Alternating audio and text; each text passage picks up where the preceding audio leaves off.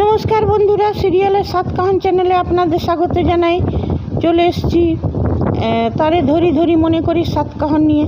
দেখা যাচ্ছে ওরা তো থানায় এসছে, আর থানার যে অফিসার সে কিছুতেই আবার এফআইআর নেবে না। বলছে যে পাড়ার ছেলেরা রং মাখিয়েছে, তো এবারে রং মেখেছিল। পাড়ার ছেলেরা যদি হোলির দিনে রং মাখায় এ তো কোনো গর্হিত অপরাধ নয়, এর জন্যে কি? দিদি বললো যে আপনি মরাল হ্যারাসমেন্ট মানেটা জানেন?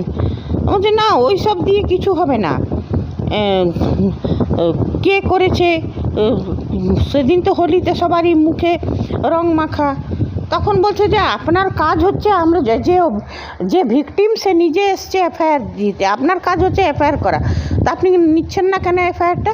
তখন বলছে যে না, ও দেখো তুমি উত্তেজনার বসে কথা বলছো, উত্তেজনার বসে কথা বলে রাগ বাড়ে, সমস্যার সমাধান হয় না।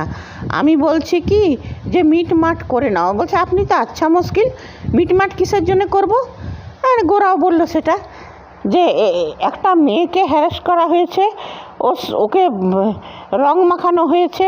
ও না চাইলে যে মেয়েটা যদি বিনা সম্মতিতে রং মাখায়, হ্যারাস করে, তো সেটা একটা কানুনি অপরাধ। তা আপনি কেন নেবেন না? বলছে তখন বলছে দেখুন, আপনি তো একজন বড় মাপের মানুষ, ইয়েকে বলছে গোরার দাদুকে, আপনি বোঝান, এই সব করে নিয়ে কোনো লাভ হবে না। তা আমি বলছি আপনি চলুন স্যারের বাড়িতে, মানে সাতরা স্যারের বাড়িতে চলুন, ওইখানেই সব মিটমাট হয়ে যাবে। তখন বলছে ওইখানে কেন যাব আমরা? বলছে না, ওইখানেই চলুন, ওইখানেই মিটমাট হবে, একটা কিছু উপায় হবে, এই সব এফআইআর টেফআইআরে কিছু হবে না।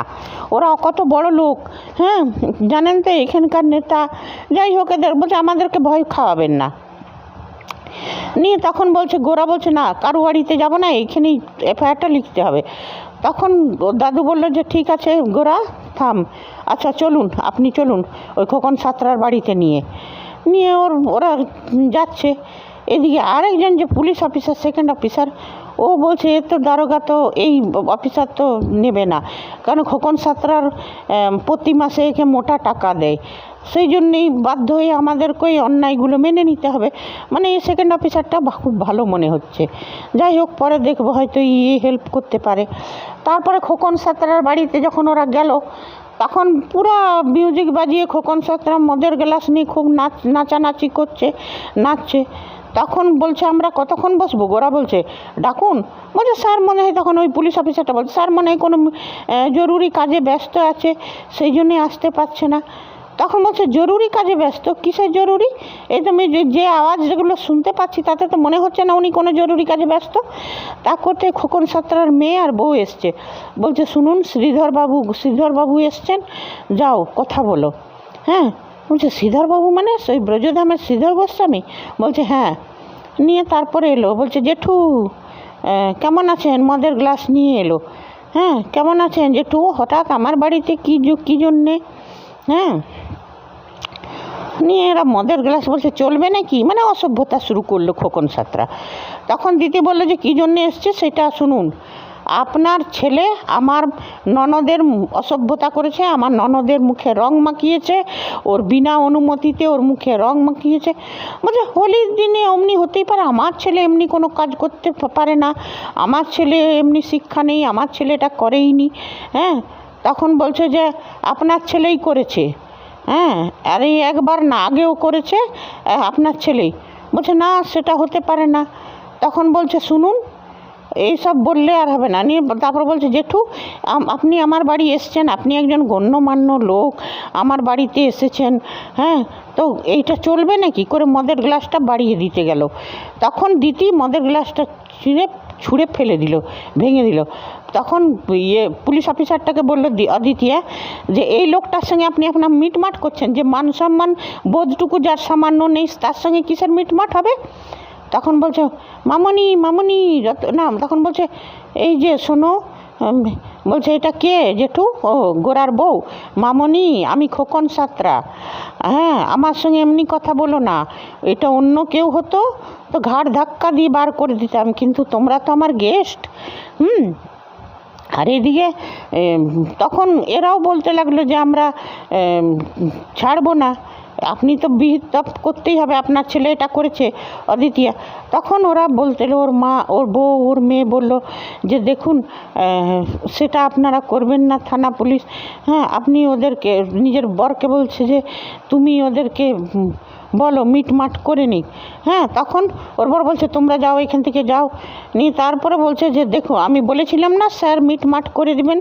হ্যাঁ, তখন বলছে যে কিসের মিটমাট, নিজে ওর ছেলেকে উনি শাস্তি দেন, না হলে সেটা আমরাই দেব। অদিতি বলল, অদিতিয়া বলল যে কিসের মিটমাট। নিয়ে তারপর বলছে যাও তো রক্তিমকে ডাকো। নিয়ে রক্তিমকে এলো, নিয়ে বলছে যে তুই ছিলি ওইখানে? বলছে না বাবা, তোমার আমার ওপর বিশ্বাস নেই, আমি ছিলাম না। হ্যাঁ, কে প্রমাণ আছে, কে সাক্ষী আছে, আমি তো ছিলাম না। তখন অবাক হয়ে আছে অদিতি, এত মিথ্যে কথা বলছে, দেখলেন তো আমার ছেলে ছিল না। তখন বলছে যে না, আপনার ছেলে ছিল। নিয়ে এই নিয়ে তো বলছে জেঠু আপনি গণ্যমান্য লোক, গোরার বউকে বোঝান, আমার ছেলে ছিল না। তখন বলছে না, আমি আপনার ছেলেই ছিল। হ্যাঁ, আর আমরা এটা নিয়ে আদালত, কোর্ট পর্যন্ত যাব। তখন অচিনও বলল যে কোর্টে সওয়াল জবাব করতে করতে না কেমন করে কি করতে হয় সেটা আমার খুব ভালো করে জানা আছে। রোজ রোজ কোর্টে সওয়াল জবাব করতে করতে সব আমি জানি কেমন করে কে। আপনি বলছেন তো যে কিছুই করতে পারবেন না, তো দেখুন পারি কি না। তখন ওর খোকন সাঁতরার বউ আর মেয়ে এসছে, বলছে না না আপনারা এত করবেন না, কিছু করবেন না। বলছে আপনার ছেলেকে আমি আদালত তো করতে আনবো। তখন বলছে না না না, ওর বউ ওর মেয়ে বাধা দিতে লাগলো। তখন বলছে ঠিক আছে জেঠু, বলছি কি এই মিটমাট হয়ে যাক, এইসব আর ঠিক আছে, যে হয়েছে হয়েছে, আর হবে না। রক্তিম তুমি হাত মিলিয়ে ক্ষমা চেয়ে নাও মেয়েটির কাছে, মামনির কাছে। নিয়েও বিশাখার দিকে হাত বাড়ালো।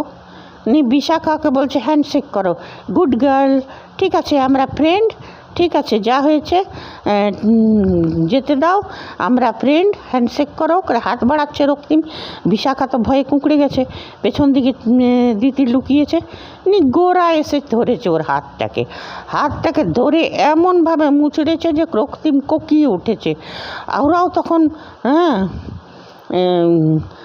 তখন ওই খোকন সাঁতরা সব তখন হতবাক। নিয়ে তারপরে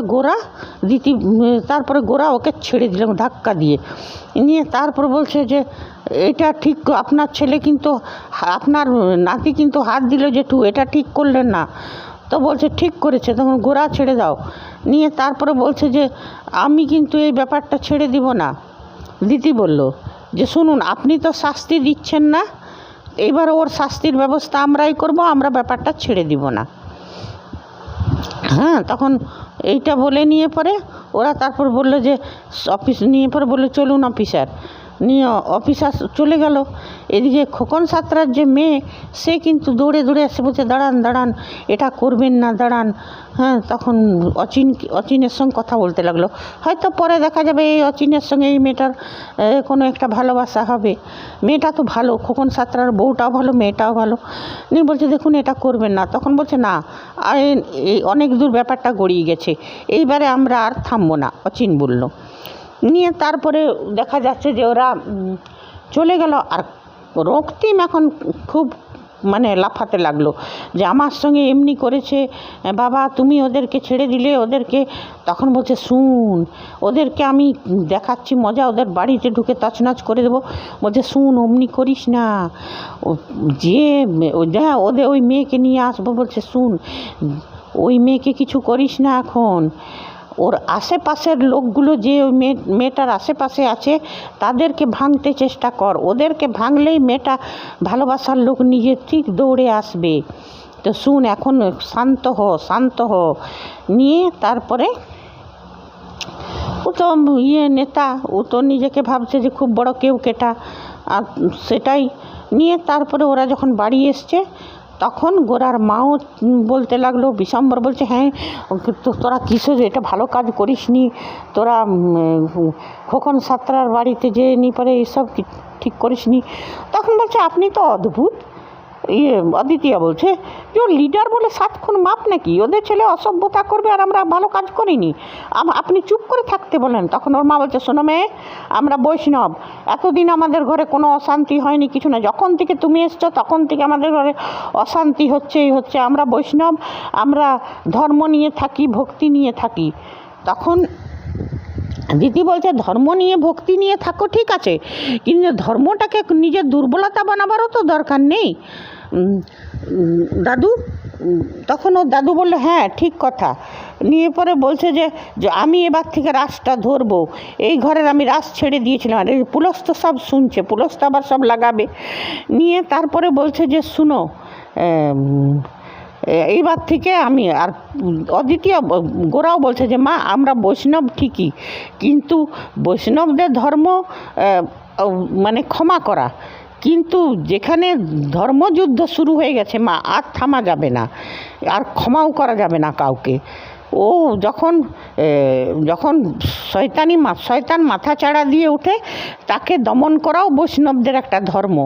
তখন বলছে, গোরা তুমি এইসব কিচ্ছু করবে না, এই মেয়েটা যখন থেকে এসেছে তখন থেকে আমাদের ঘরে অশান্তি, আমরা ভক্তি পুজো নিয়ে থাকতাম, এইবারে রাসটা আমি ধরবো ঘরের, দেখি কি হয়। এই সব কথা ওর মা বলতো। ওর মা এত যত সব অযুক্তিকর কথা সেটা দ্বিতীয় জানে, হ্যাঁ, কিন্তু এই সময় দাদুর বলা উচিত ছিল যে পাপ তো তুমি করছো, তোমার জন্য তো তোমার মেয়ের অবস্থা। পুরস্তর মতন একটা সাপকে, কুন্তলিনীর মতন একটা নাগিনকে তুমি ঘরে পুষে রেখেছো, এইগুলো পাপ। যারা এত বড় বড় পাপ করে তাদেরকে তুমি ঘরে পুষিয়ে রাখবে, তো তোমার মেয়ের সঙ্গে তো এইগুলোই হবে। মা বাপের পাপ তো ছেলে মেয়ের উপরেই বর্তায়, তো তোমার সঙ্গেই এগুলোই হবে। এগুলো দাদুর বলা উচিত ছিল। যাই হোক, সে তো দাদু বললো না, হয়তো ভবিষ্যতে বলবে। এইবারে দেখা যাবে যে গোরাকে, একটা প্রমোতে দেখলাম যে গোরাকে জেলে ভরে দিয়েছে, আর ওই রক্তিম এসেছে, এসে নিবার শ্রীধর গোস্বামীকে বলছে ও দাদুকে, আমার পায়ে ধরে ক্ষমা চাও, তবে যে আমি তোমার নাতনিকে ছাড়বো, না হলে ছাড়বো না। তখন অদ্বিতীয়া মহাপ্রভুকে বলছে যে মহাপ্রভু তুমি বলো আমি কি নিজের পরিবারকে কি করে রক্ষা করব। তখন মহাপ্রভু বললেন যে শুনো, তুমি প্রতিঘাত করো, অন্যায়কে মাথা পেতে মেনে নিও না, প্রতিঘাত করো। তখন অদ্বিতীয়া এসে নি পরে 1 লাত মেরে রক্তিমের চেয়ারটা দিল, 1 লাত মেরে, আর রক্তিম পড়ে গেল। এইবারে এই প্রোমোটা তো দেখলাম, এইখানে কি হবে। তারপরে দেখা যাচ্ছে যে আর নেক্সট এপিসোডে দেখব যে পুজোর মধু শেষ হয়ে গেছে, সেই জন্যে অচিনকে বললো জেঠিমা, মানে গোরার মা, মধু আনতে যেতে দোকান থেকে। অচিন মধু আনতে যাবে, আর সেই সময় পুলস্ত রক্তিমকে খবর দিয়ে দিল, ফোন করে দিল। নিয়ে রক্তিমের গুন্ডারা এসে নি পরে অচিনকে মারধর করে। তারপরে সেটা শুনে তো গোরা ছুটবে, গোরা তো আরও 2টো লোক এসে ঘরে যখন খবর দেয়, হয়তো গোরা ছুটবে, তারপর আবার গোরা ওদেরকে খুব করে মারবে, হয়তো সেই জন্যেই গোরাকে জেলে দেবে এরা। কেন কি প্রোমোটাতে সেরকমই দেখলাম।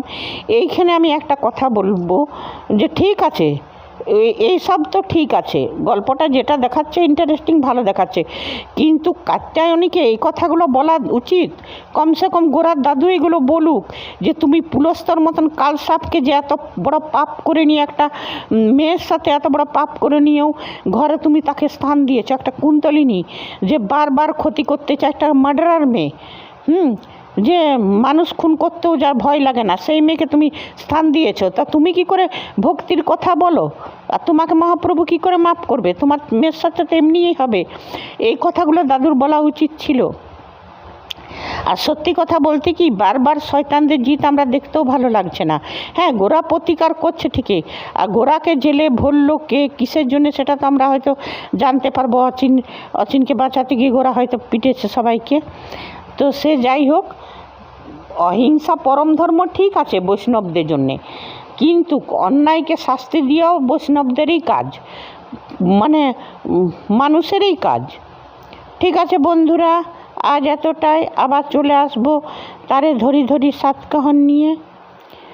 তারে ধরি ধরি মনে করে ধরতে গিয়ে আর পেলাম না, দেখেছি রূপসাগরে মনের মানুষ কাঁচা সোনা।